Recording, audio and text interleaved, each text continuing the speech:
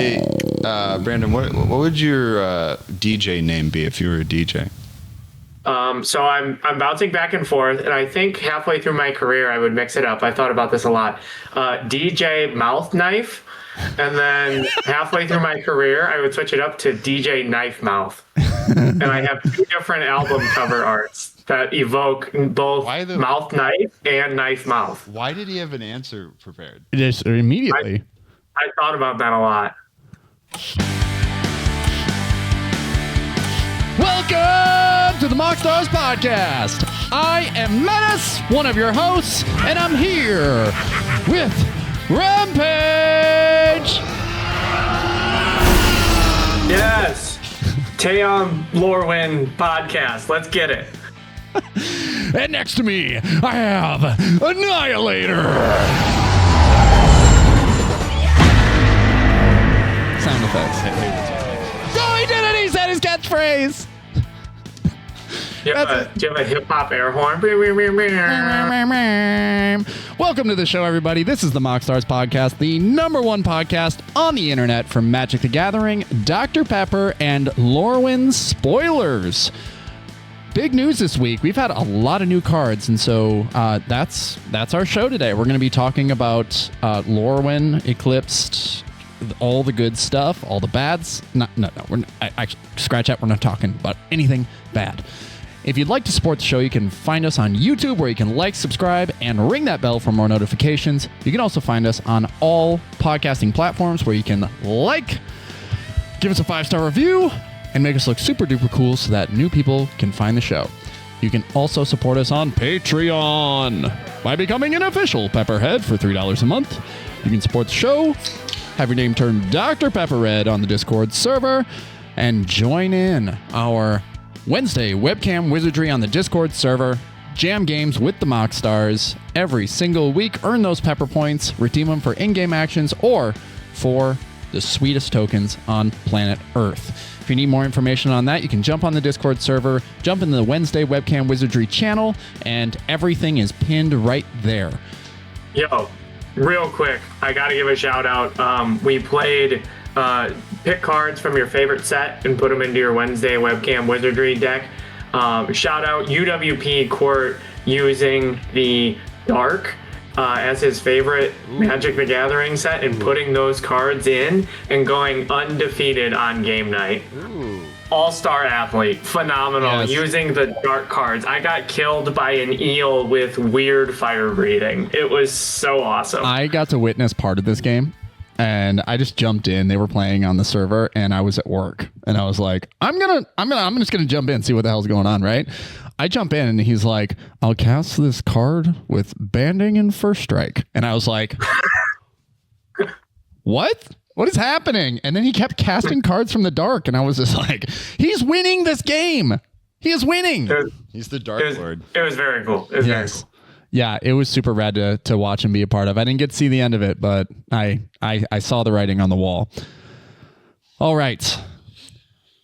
Magic the Gathering. Yes. LORWYN Eclipsed. Yes. We are seeing we're seeing a lot of cards from that set, but we did see a card from a different set get spoiled today.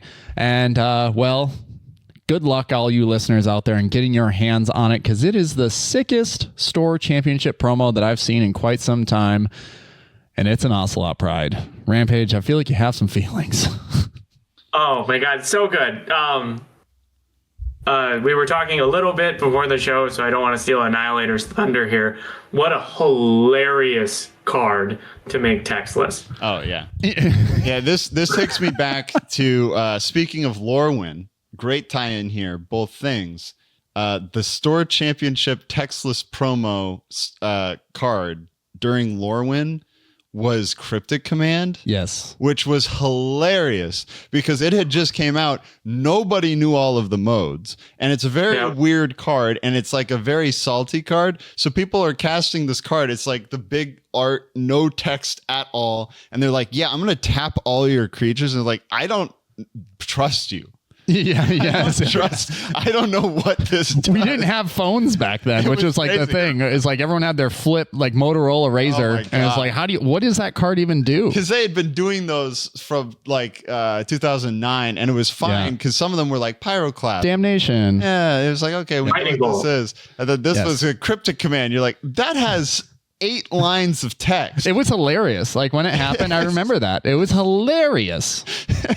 End step resolving this trigger, I read it 3 times with the text on it. I can't imagine. I'm going to own this card one day, but I can't imagine playing it in game. The number of times I see people cheat with this card by just being like, at the end of my turn, I just make an Ocelot. Like, regardless of if they gain life, just like, screw you, 1 mana, I just have infinite Ocelots now. It's better Bitter Blossom. It's alarming. I think most people don't read the card. I'll go to my end step and double all my tokens. Yeah. Okay, go ahead. I think you just let it slide. I think people are like, I paid $60 for this kitty. I'm gonna make some more kitties. God damn it! I don't care. Yeah. I don't care what it actually says it does. No, so I always struggle with it. Does it actually? It creates. So at the beginning of your end step, if you gain life this turn, create a 1/1 white cat creature token. Yeah. Then, if you have the city's blessing, for each token you control that entered this turn, create a token that's a copy of it. Yes. Yes, that is the official rules text on this card. I think, a lot of people go, it's 1 mana doubling season. Well, that's the end of the story. In Modern, this card is a crucial part of Boros Energy, and it's typically just an efficient, efficient 1 drop with first strike. Yeah, but I've played it off where you do this turn 2 dash rag, you make 2 treasures, and then next turn you play Fable, and you just you hit it. You hit it big, dog. Yes. That sounds like a fun deck. Turn after that, you get a send if you have all those pieces out still, and then you are just rolling in dough. Yeah, send it, dude. We'll send it, dude. All right. Well, good luck, all of you Magic players out there who are out there, competing and trying to get one of these store championship promos.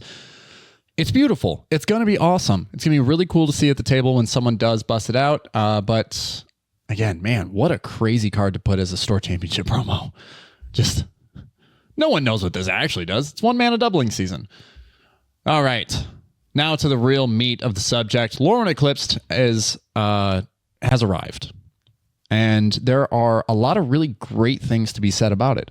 There are a lot of, like, the artwork, the power, I think first the vibes have been captured nearly perfectly. This was almost on par with how Tarkir Dragonstorm kind of like arrived and it was being spoiled. Everyone was so excited because the artwork was reminiscent of the era that it was originally printed. And I feel like we are getting that here with LORWYN. Like, we have returning artists like Rebecca Guai, and the art styles are just super iconic to Magic the Gathering. So I'm happy to see that the vibes are immaculate for the set. But not only that, we got some incredibly powerful cards and the return of some old mechanics and the arrival of new balanced mechanics that use old things like -1/-1 counters. So we're going to see old cards sort of like re-enter the fray as competitive pieces. Hapatra's coming back. And then Nest of Scarabs. Nest of Scarabs. Yawgmoth is coming back. Yeah, Nest of Scarabs is coming back too. Blowfly Infestation. Oh, that's coming back. Let's see. Massacre Girl. Wither. Yeah, from Crazy Wither. The detective set, the one that had all the detectives in it. At Karlov. That one. Yep. Incredibly forgettable set that had a really great card. There's been a few of them. Yep. I don't think this will be one.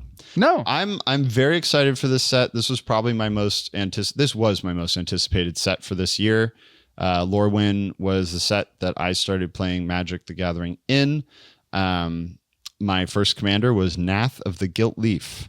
My second commander was Sig River Guide. I just played a bunch of, I played some swords, and I gave them protection from a color and a hitch in the face. Nice. And it was fun. And I got to play with, a lot of fun little cheeky merfolk. this set is really great. It's a love letter to the game in a lot of ways, Yes. which I'm a big fan of. Magic needs more fan service. I am so serious there. We don't really, I think, create cards and sets for Magic players. We create them for untapped Magic players, untapped potential Magic the Gathering players, and this is a set for Magic the Gathering players who are already playing, Yes. have been playing. And I will say, having quickly gone through this set, which we're going to do in this episode quickly, I think the thing that really stood out to me as Menace and I were looking at this over the past couple days as spoilers were trickling out is a lot of fun, chunky cards, as you said. Nothing that's just screaming, oh, this is a problem at me. Nothing in this set has shown me, like in Final Fantasy, when it was starting to get spoiled, we had cards that like just immediately, like Sephiroth, what's the Jeskai stupid card? Nah, I don't know. The Wizard. What am I talking about? I don't know. Taru? No. The thing that, oh my God, don't do this. Wait, not Vivi? Vivi. Yeah, you said Jeskai. Yeah, oh, Is it? Okay. Is it? Yeah, if you would have said I it, don't I know would've been anything like, about oh, Magic the duh. Gathering. I've Yeah. lied so far to get myself onto this podcast. But there were cards in all of these past sets, Avatar too, where it's like there'll be one or two cards that really Badgermole Cub. just blah. out the gate. You're like, whoa, they didn't think about that. Nothing here screams egregious. Nothing here screams abusive. Everything just looks fun and easy and cool. And I think this set will be cheap and played a lot, which is really something that I want to see. I want to see a lot of sets like that. This feels like a really great return to the limited format. Like a lot of it's going to be awesome. Yes, like a lot of sets recently have been designed for Commander. And like a lot of the cards are being sold for Commander to get the largest part of the community involved in purchasing these cards. Mm-hmm. But this set feels like like you said, it feels like you're back in time. And it's an homage to LORWYN, and it is going to be awesome and limited. I can already see like the different archetypes, and it's actually, you see a lot of the cards printed that are like when this enters, choose between Kithkin, Goblin, like all these elf and stuff like that. So you can play different kindred strategies that magnify certain anyway. And I mean, like, look, a lot of these 3 mana uncommons are like in limited, they're insane. A lot of these are like bombs in limited. In constructed, they won't get played. But in a limited format, limited kindred decks, I mean, so much fun. So much fun. I can't think of a set that had a good limited kindred theme in years. Yeah, Even maybe like Ixalan was like the last thing. Yeah. It was like dinosaurs or vampires or merfolk or whatever. Yeah. Even the vampires didn't really exist. I mean, it was like, as far as kindred went, they didn't build off each other that well. They had like vampires in them, but it wasn't really a kindred. Yeah. Yeah. Last I can think of is like a double feature. That set was terrible, but the limited was okay. All right. So let's jump into some of our favorite things from the set so far, because there are so many really cool cards. And I think the first thing that's great to touch on is all of these new elemental incarnations, because I believe we've now seen the full cycle. Yes. We have emptiness, deceit, vibrance, catharsis, and wistfulness. So one by one, let's kind of go through and just give our first takes on these. We've had a few days to read them. Obviously, you guys know which one I'm excited about. I've made that case on the Discord server. So if you haven't been on the Discord server, you should jump on there. See that thing. All right. So let's start with emptiness. By the way, all of these except for... No, I'm not saying... Walk that back. Not all of these are 6 mana. 2 of them are 5. Emptiness. 4 and a hybrid, 2 hybrid Orzhov. When this creature enters, if white was spent to cast it, return target creature with mana value 3 or less from your graveyard to the battlefield. And then when this creature enters, if 2 black mana was spent to cast it, put 3 -1/-1 counters on up to 1 target creature. Evoke for 2 hybrid Orzhov mana. So right away, this one, I know that I'm very excited about another one. I think this one might see more play in constructed than the other one. Like, I think this is going to be a very, very strong constructed card. Yeah. Even in Commander, it scales so well. My only thing with emptiness is that I don't think in constructed play there are so many recur CMC 3 or less effects in white right now. There's like 6, and that I know of that are within standard, and I don't think any of them are really being played with frequency, and most of them that are cost 1 in a white. Yeah, and are instant speed or sorcery speed. Or they're 2 white, or they're some helping hand is 1 white, and you get some of them you get all of them. You get Oculus back. Yeah. So as far as this goes, I mean, like, would this be an Oculus deck? No. Is it flexible enough though with the 2 black edition to shoot something? Yeah, I mean, it's a great card. It's a great card, but I'm just thinking about like constructed Orzhov decks, and I don't know. I think Deceit really shines in what I think will be a constructed format. Anything that has a Thoughtseize effect, anything that ever has a Thoughtseize effect gets played. Yeah. It doesn't matter if it's good or not. Like if it has that, you kind of want to be running as many as you can. And Deceit's a good one too. Having a bounce effect, that is a huge tempo advantage. The people don't know what Deceit does. Enlighten us. Oh, Annihilator. Yeah, it's 6 mana, just like Emptiness, and 4 in hybrids. And then if you paid 2 blue to cast it, again, for all of these, the evoke is 2 hybrid. So basically, you can choose one of these effects to evoke, or if you cast it, you get both. And then you get the creature too. They're all pretty balanced, I'd say, cost-wise. This one, I think, gives you potentially the most bang for your buck, second to Vibrance. But if you paid 2 blue when this comes in, you get to bounce an on-land permanent. And if you paid 2 black, you get to look at an opponent's hand, choose a non-land card, and make them discard it. That is a great effect, especially when there's no downside or caveat. Like, it's just any non-land card. Huge. Awesome. Yeah, and I think the bounce effect is actually critical towards bouncing your own things. There's already a lot of what is it? The fairy, like the one white mana Pixie. Fairy. Yeah, the There's Pixie. A lot of Pixie decks in standard. Pixie is coming back. Esper right Pixies is back again. And I could see this being played in Esper Pixies big time. Yeah. You turn 1 Pixie, or no, you don't turn 1 Pixie, but turn 1, like Siren Stormtamer or whatever, and then turn 2, Thoughtseize somebody. Storm Chaser's talent. Yeah. All right, Rampage. Emptiness or Deceit? They both do things. I guess it's all based on. I think they'll have niche applications coming from a commander standpoint. In standard, I agree. Anything with the Thoughtseize effect seems very good. Picking out that critical piece that your opponent kept their hand on. Right. It's gonna win you game.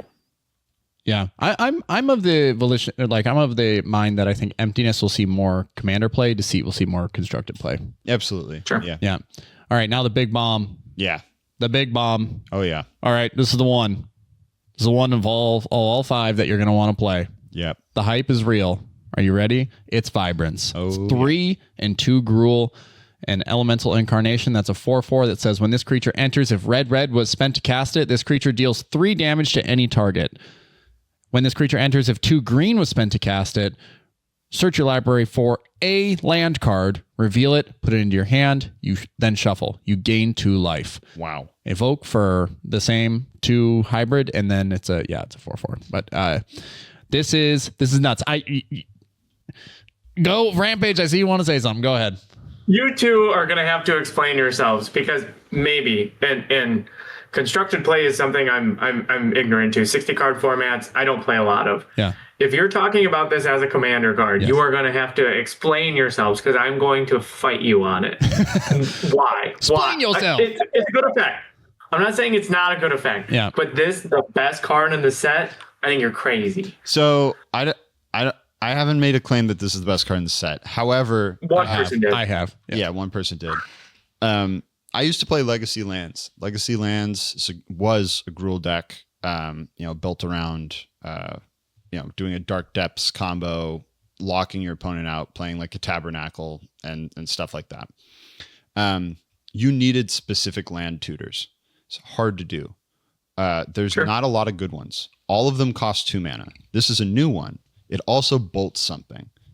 Having the flexibility of removal on a land, any land tutor card is, I mean, there's nothing in Magic's history that does those two things, first of all. Sure. Those two things want to be done in very competitive decks. Decks where lands matter, sometimes, historically, now they run a lot of creatures because we've gotten a lot of creature support for lands matter decks.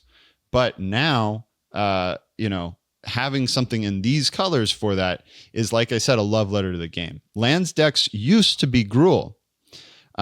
There's a silly card that used to make it this way, where you would, whenever a mountain entered, you could pay a red and return it to your hand, and it would shock something. But this is interesting. I think it's a great body. I think it's efficient. The 4/4 for 5 that enters and bolts something is like not bad. It's kind of even though it's a one-time effect. I mean, anything like I think the Boiler Bilges is like the closest comp to this that we saw in Duskmourn, where it's like you can impend it, and then it comes in and it shoots 4 damage to any target. But think about the playability of that and the fact that that is spending 4 mana to deal 4 damage and then wait 3 turns at minimum to then attack with it and get a second effect. Yes. This is 5 mana, 3 damage anywhere, and then you also get any land from your library. Getting a Nykthos, getting a Gaia's Cradle, getting a clutch Scavenger's Grounds, anything like that is huge. Those are all. And so we're being clear. You're talking 60 cards still, yeah? Oh, okay. Yeah. Yes. Just for clarity. So I don't know about this being viable in Legacy. Personally, I think it's kind of a dream that this would be. I don't think we live in a lands deck supremacy format anymore. I think it's cool, but I think this getting countered would really suck. There's a card in this deck in this set that might help with that, but in Standard, I don't think there's a lands matter deck where this will be relevant. In Pioneer, there's the mono green ramp deck, which would love this if it had one more pip. Without the extra pip, this feels a little bad in that deck because you can't cast the red part. Yeah, so my argument for this is, like Owen said, there aren't a lot of cards in the game that allow you to search for any one specific land. I am one who has built a lot of my strategies around 2 very busted specific lands, Gaia's Cradle and Sarah's Sanctum, right? A lot of my strategies revolve around an enchantress theme or number of creatures, and it's just a benefit when a creature is also an enchantment creature, so that I can have 2 lands that pump out so much more mana than anybody else can. It breaks parity, helps me create things. So this card specifically fits into strategies that I enjoy. And maybe it was my upbringing on Zakama and all these Zakama combos that I really wanted to pull off. This just makes that deck so much better because my win conditions in that deck are all lands. So it's something that I've finally been fulfilled in receiving this card that searches for a land and it's a creature, and then I can bounce it infinitely with Zakama and other ways to kill the table. In the ramp decks in Commander, this is actually huge. Yeah, because in the Gruul ramp decks, if you're playing a Tali or something, this card is insane. Yeah, because before your big top off curve, you get to shoot something off the board and find the last land you need. If you need Castle Garenbrig to get to the final mana you need, boom, you play this on curve, remove something, get that extra step ahead tempo wise. Huge, nice play in Commander. Yeah, the one thing I will say about these incarnations in general, these mythics with the evoke, is that when this creature enters, if green was spent to cast it, you can't flicker these, you can't get multiple effects. They don't have an ETB effect that will actually net you anything just by repeatedly. So airbending will not work with these cards unless you spent green as you re-entered it, or as you recast it. So your airbending can do things, but like generic like flicker effects won't necessarily won't net you anything at all. So that's the downside of this, is that decks like Atali, right, where you reveal this off the top, congratulations, you've got a 4/4. Like that's all you get. And like a lot of these, like reanimation, you don't get to reanimate these. They don't have that ability. You know, you have to put it back in your hand. You have to find a way to recast it and spend mana to cast these things. So I do think Vibrance has the best one-time effect of all of these. And that is the ability to search your library for any land, because it's an effect that is so incredibly rare, and it's usually heavily it's like very pip intensive, like with Archdruid's Charm or something like that. Like crop rotation is a game changer for a reason. Sylvan Scrying is 1 in a green. Yeah, 1 in a green, and then we see how many people actually play it. It's a little too slow. Now, are there added benefits? I think the versatility with being able to snipe a Drannith Magistrate is worth it. Yeah. For me, like this deck or this card probably goes into Shalai Nalar. Like it's another creature for 2 mana I can use to shoot something. It's a red source that triggers that, gets that trigger for the Red Terror. So it starts a combo. It grabs a land that I need. And then in Zakama decks, it has a way to continuously being flickered and bounced and recast. So that's why I like it. I think that the land thing is what Commander players are currently seeking. Yeah. Let's move on. Let's lightning round through this. I mean, Catharsis and Wistfulness don't really stand out to me, particularly outside of Limited. No. Yeah. Personally. Sorry for all you listeners out there looking forward to Catharsis or Wistfulness, but Wistfulness has 2 green mana, exile target artifact or enchantment your opponent controls. That's as good as it gets. Catharsis is doggy doo-doo. So it's a bomb in Limited.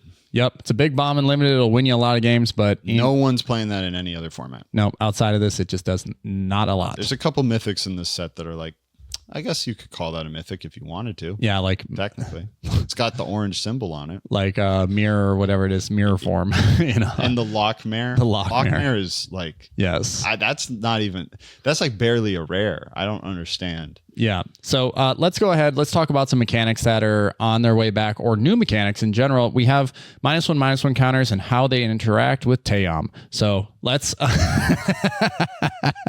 Oh my God. If you didn't realize, you're listening to the MoxStars podcast, the #1 podcast on the internet for Magic the Gathering, Dr. Pepper, and Teom Luminous Enigma deck lists and strategies. Welcome to the show. Correct. All right, Rampage, what are you seeing for Teom in this particular set here?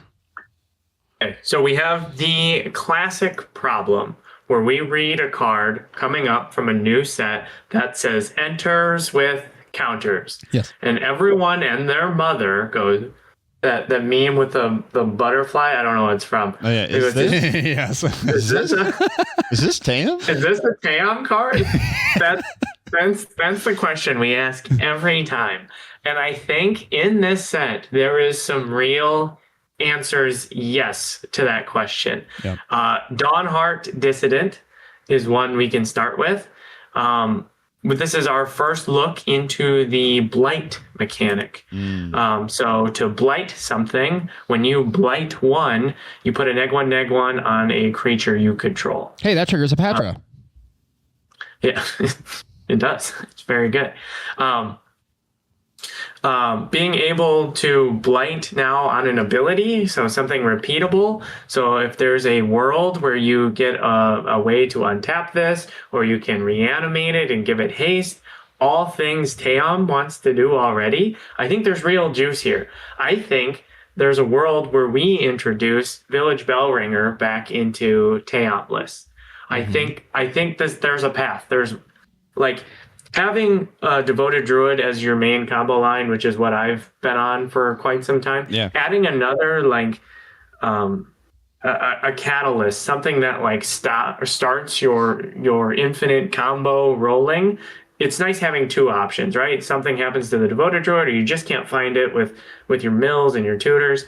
Village Bellringer being another option to just kind of turn your deck on, in combination with these tapping and untapping, and I know my deck's turned on. The ability of getting counters and removing them. I think there's a real deck here.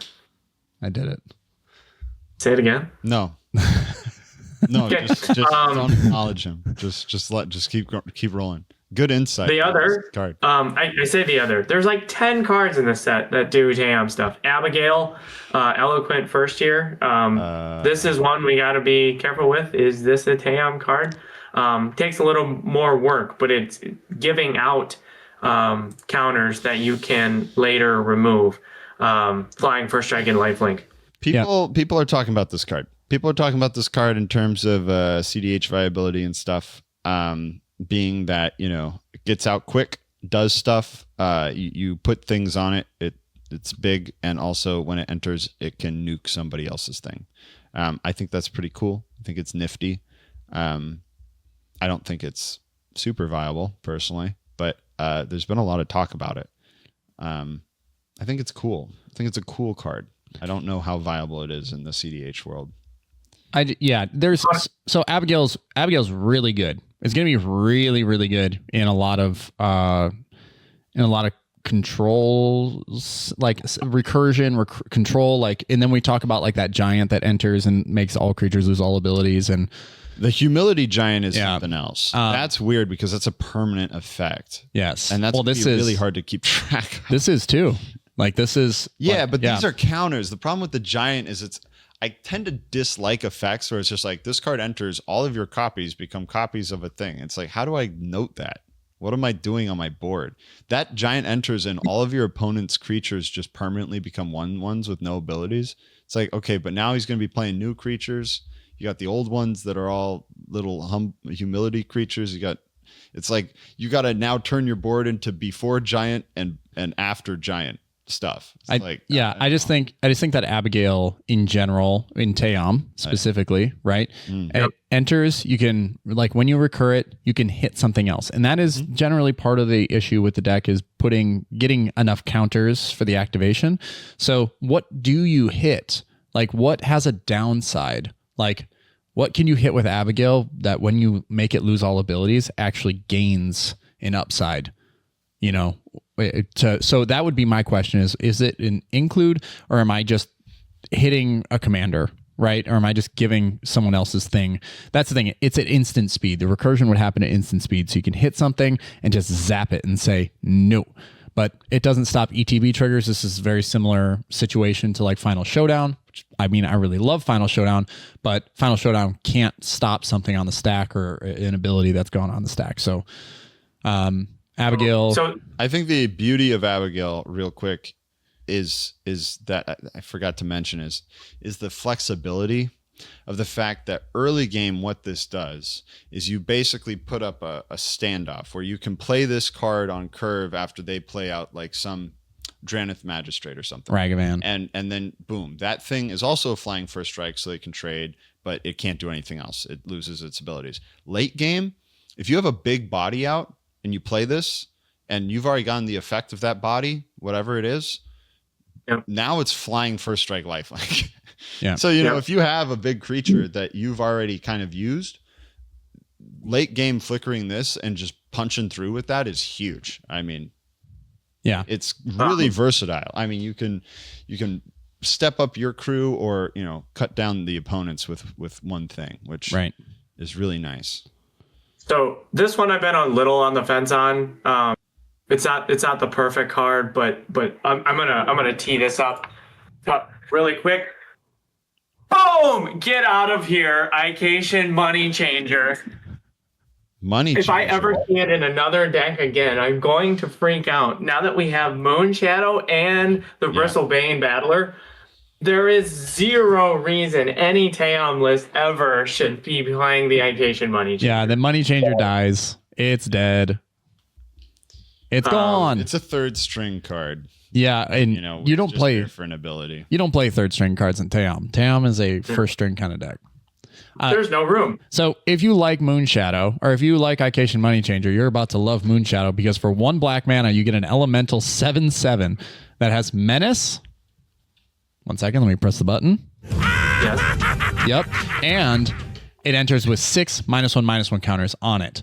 Whenever one or more permanent cards are put into your graveyard from anywhere while this creature has a -1/-1 counter on it, remove a -1/-1 counter from this creature. So you would think, oh, well, Tam's milling, and then you've already removed the counters. It's fine. You get the activation from it. It's totally chill. It's a 7/7 with menace. So also punch away. The really cool thing is I put a thing on my Instagram story that when I saw this spoiled, that said, well, Tam just became the best -1/-1 counter deck in cEDH because Hapatra, Yawgmoth, it's already like those two already interact with each other in a way that's meaningful.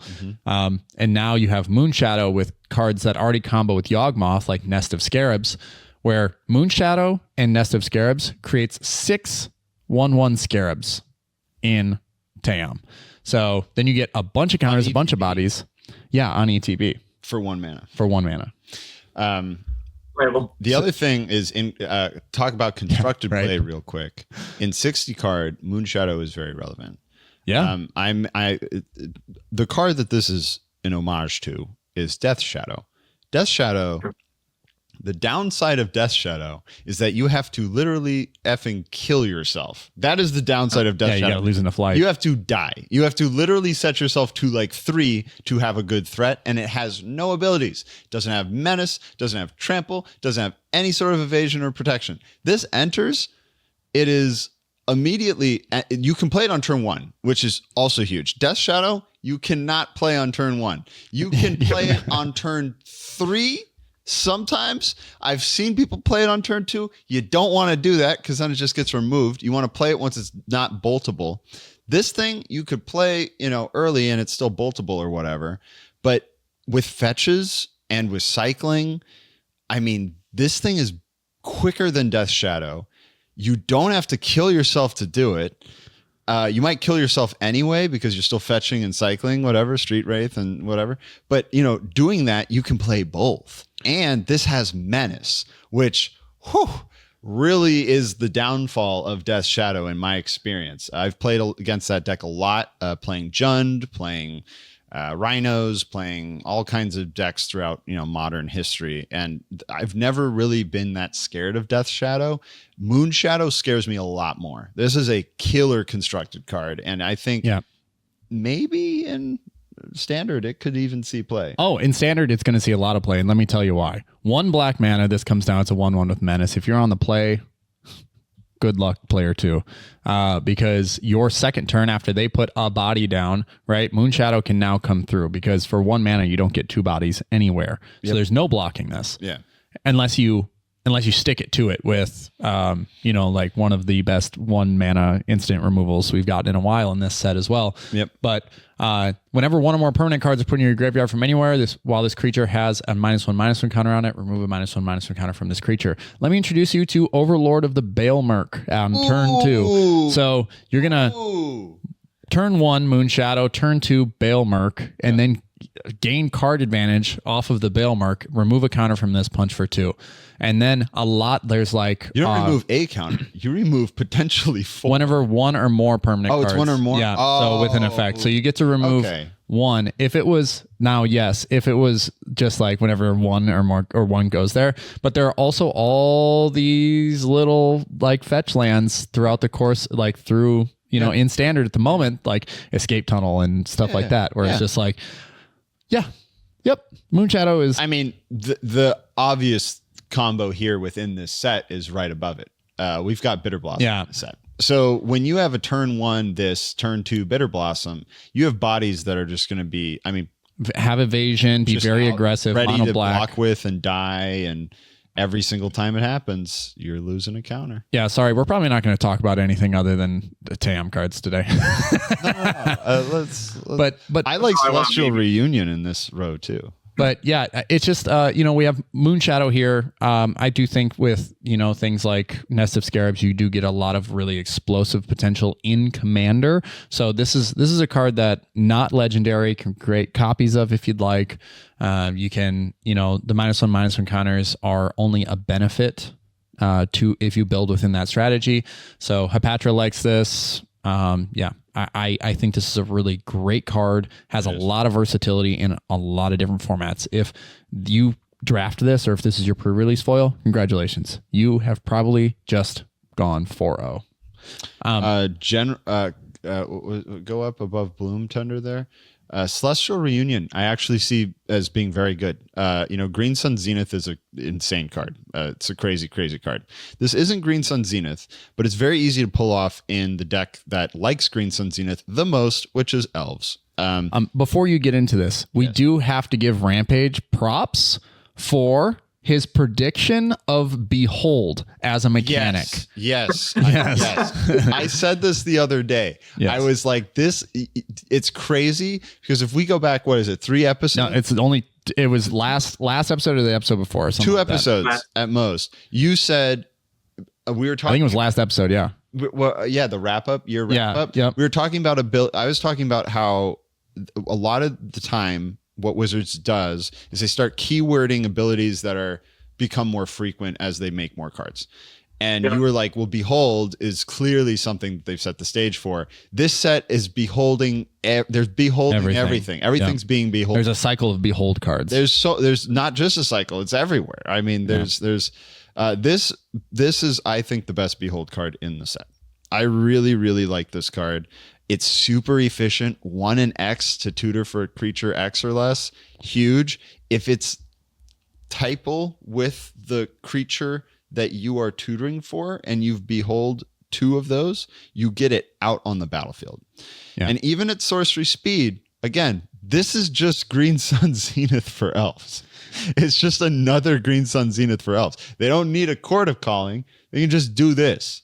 Yeah. I mean, a lot of the other Behold cards actually force you to exile the card you're beholding. Yes. Yeah, this does not. Yeah. It's a version of Champion. Yeah. And so this Celestial Reunion actually is just like, this rewards you, or it's not necessarily, you can't just play the best cards with this card, right? In cEDH or in Commander, right? Because a lot of the types don't, like a lot of the cards that how they interact don't have like the same creature types. Yeah, sure. So, it's going to be hard to behold. But if you are playing straight Kindred, like awesomeness, this is Elves is the card. You could. I thought of this might actually, as another tutor to put something straight to the battlefield, be good enough to push Elves beyond in a bracket 4 scenario. Yeah, this is a great card for Elves. I think Aurora Awakener above it is pretty good. I don't know if it's worth talking about too much. Vivid is, kind of an interesting ability. There's a lot of cards with Vivid in this set. These are flickerable. So Vivid is a mechanic that says when the creature enters, reveal card, this one specifically, but when this creature enters, get X effect, where X is the number of permanents you control, or number of colors amongst permanents you control. So the Aurora Awakener is like a gen wave, but it checks for colors of permanents you control. I do like how they like words keyworded Bloom Tender. Bloom Tender has Vivid now. Yes, yeah. Yeah, backwards keywording is always weird to me. It's like, and we're going to get called out here. It's not technically a keyword, we know, but sure. I do like how they've gone back. The next MoxStars name is Vivid. Oh man, I could have been Vivid. But it's not too late to change your name. The one thing I'll say about the giant cycle that all has Vivid and all has crazy ETB effects. What was the standard deck that survived 3 standard rotations in the last 4 years? That was a complete and just absolute, for lack of a better term, menace to standard. At every single RCQ season, it was 5-color domain. 5-color domain. 5-color domain was a huge problem. Now we don't have the ley line anymore in standard, right? Right. Yeah, from Murders. Now, if we did, I remembered the set name. If we did, we would be in trouble. Now, we don't have something that has all that hybrid that just instantly gives you the 5-color Vivid, but that ley line, invest in that ley line right now. This is financial advice. Invest in that ley line. No, this is not. We do not give financial advice on this show. This is financial advice. You should buy that ley line with all of your mom's credit card money, because that this vivid cycle is actually pretty good. The payoffs are very good. They typically check so you don't whiff, which is interesting. And if you're already buying that ley line, you're already in a 5-color build. So yeah. And you already are shameless because you're using mom's credit card and you're playing domain. You don't care about what people think about you. You might as well play the 7-mana splashy cards that you're flickering. I mean, have fun, live a little. You don't care what people think. But domain players. Domain wasn't a fun deck to play against. It was barely a fun deck to play, but it did numbers, and it was resilient because once the game got going at a long enough timeline, it just always won.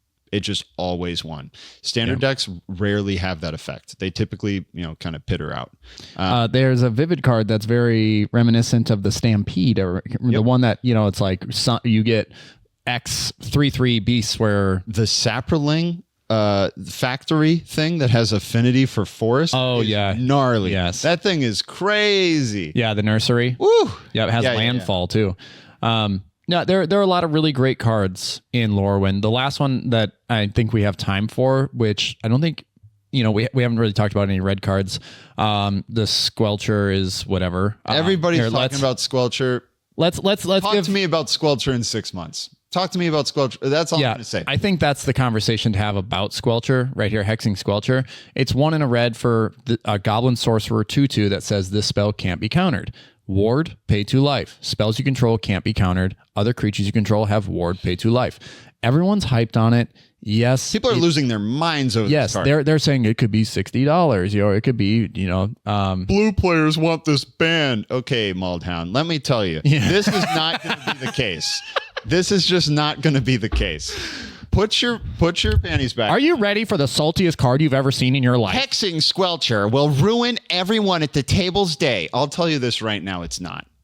No. It's not. It's just not. This is a cool card. I think it's gross. I think as you identified, the most problematic text on this card is the first line. Yes. The fact that it itself always gets through, always hits the table, that's kind of a pain in the butt. What this does in a best case scenario is it shifts the tempo of a deck where you're playing aggressively against a control player, where the control player now has to be on the back foot because they have to hold a kill spell instead of a counter spell. Yes, it requires they run more of. It requires deck building versatility. You have to offer removal or be able. Ragavan already exists, and it's the same thing. It's a removal check. Hey, do you have removal? No, you lose the game. Well, that's the case anyway because you're playing a game called Magic the Gathering. So put your pants back on. This card is not the end of the frickin' world. It's not the best red card ever printed. It doesn't do anything. Doesn't make the cut in a lot of cases. It doesn't do anything. In a CDH setting, if you drop this and you don't have other creatures in your deck, I'm scared.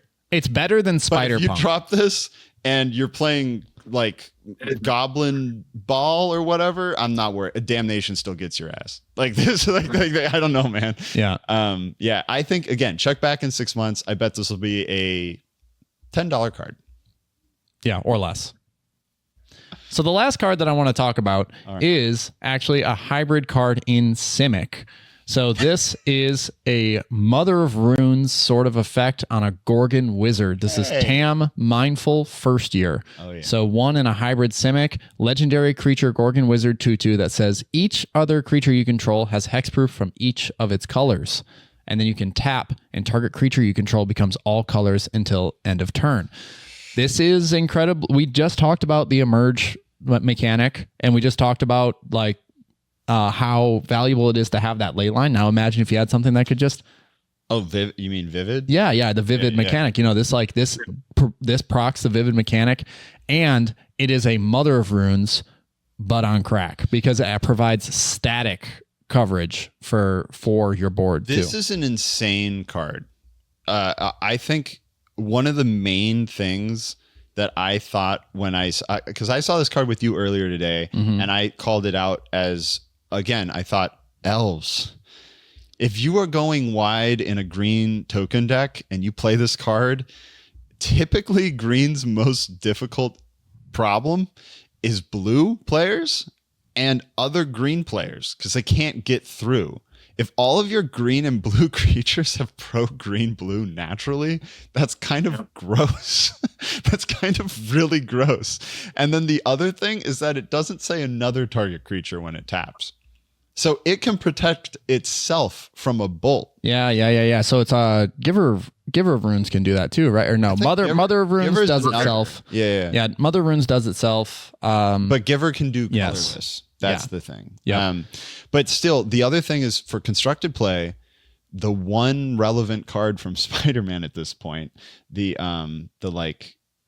scientist that's like a green blue. Oh, whenever a creature enters, yes. There's decks built around that. In standard, that work really well. This slots in there beautifully. Yes, it does because it creates copies and it removes the legendary thing, right? Yeah.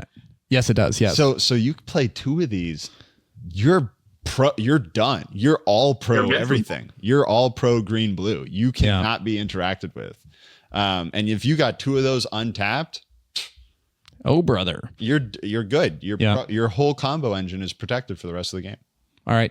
Last thing, Marlin Fey Ascendant is a Sultai 5 mana commander. It is a food chain outlet. Everyone, just so you're aware, it's the best Sultai food chain commander we have. Me and every I'm not going to say that. Me and every Magic the Gathering player is probably going to build this card as a commander. Yeah, it's Elf Ball, Fairy Ball, and everything. That also includes it denies your opponent's cards. It takes away cards from them, which people hate, and it food chains to win the game. So and it's the 2 best fantasy creature types. Yeah.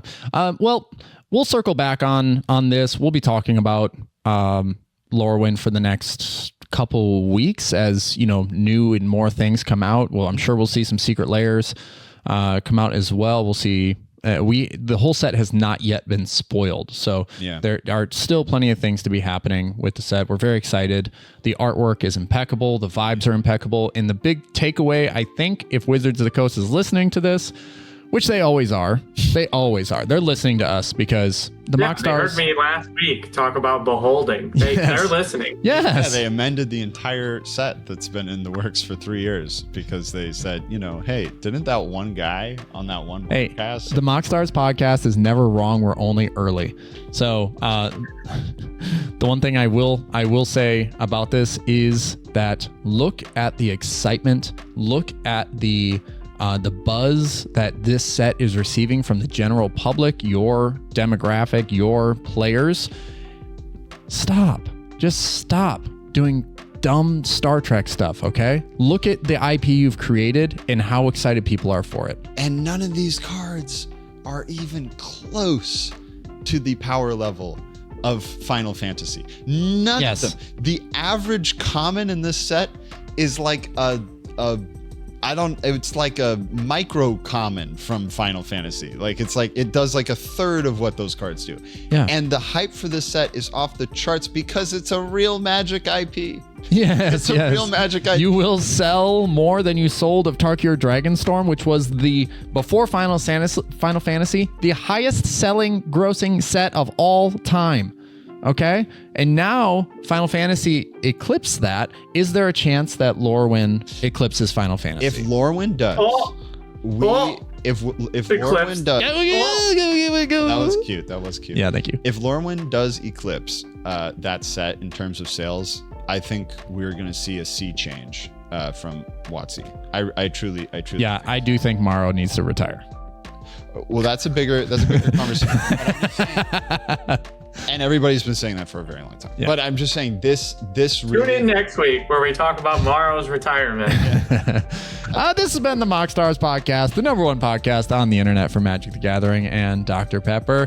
If you love LORWYN Eclipse, that's the set name. I think I was cheeky with that earlier. You can follow the MoxStars podcast. We'll be talking about this for the next few weeks.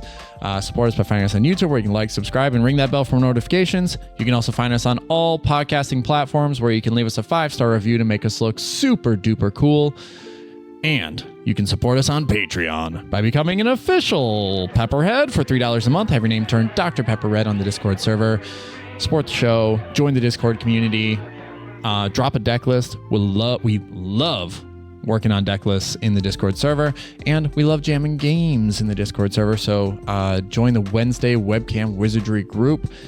Check out what decks we're building there, and yeah, you're awesome. You're awesome. Peace. We're out. Bye.